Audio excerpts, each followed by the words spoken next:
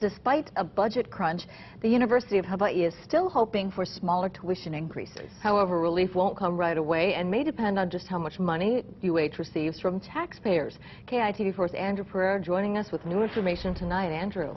Yunji and Paula, tuition for UH students will go up each of the next 2 years. However, the increases could be offset by legislative support and energy savings. Just like many households, the University of Hawaii pays a whopper of an electric bill. In the fiscal year that ended in June, UH spent more than $45 million on energy. That's why the university is hoping to modernize its grid with an aggressive capital improvement program. Leapfrog to a 2030 type of grid technology where we'll be able to monitor, meter, manage, and save energy across the campus in a very thoughtful, effective way. New UH Manoa Chancellor Robert Blythe Roman says the flagship campus is facing a budget deficit, but not the $31 million that's been reported. He says you have to take into account money that's coming in, not just going out. It's as if you were balancing your checkbook and ignoring the deposit column. Blythe Roman says the UH Manoa deficit is just a few $1 million, but the campus has $12 million in its tuition fund. Another $140 million or so exists in other accounts. There's another sense of deficit which is being broke, and we are not broke. But the UH system is currently spending more than it takes in. This past fiscal year, it did so to the tune of $60 million.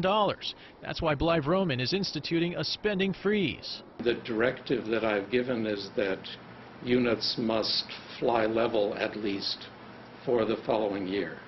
Even with the budget crunch, UH President David Lassner and the Board of Regents Budget Committee wants to lessen the impact of a 14% tuition increase over the next 2 years.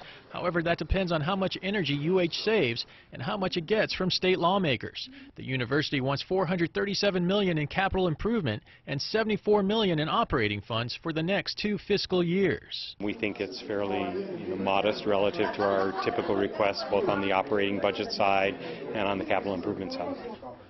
For students, any offset in tuition increases will have to wait until next fall at the earliest.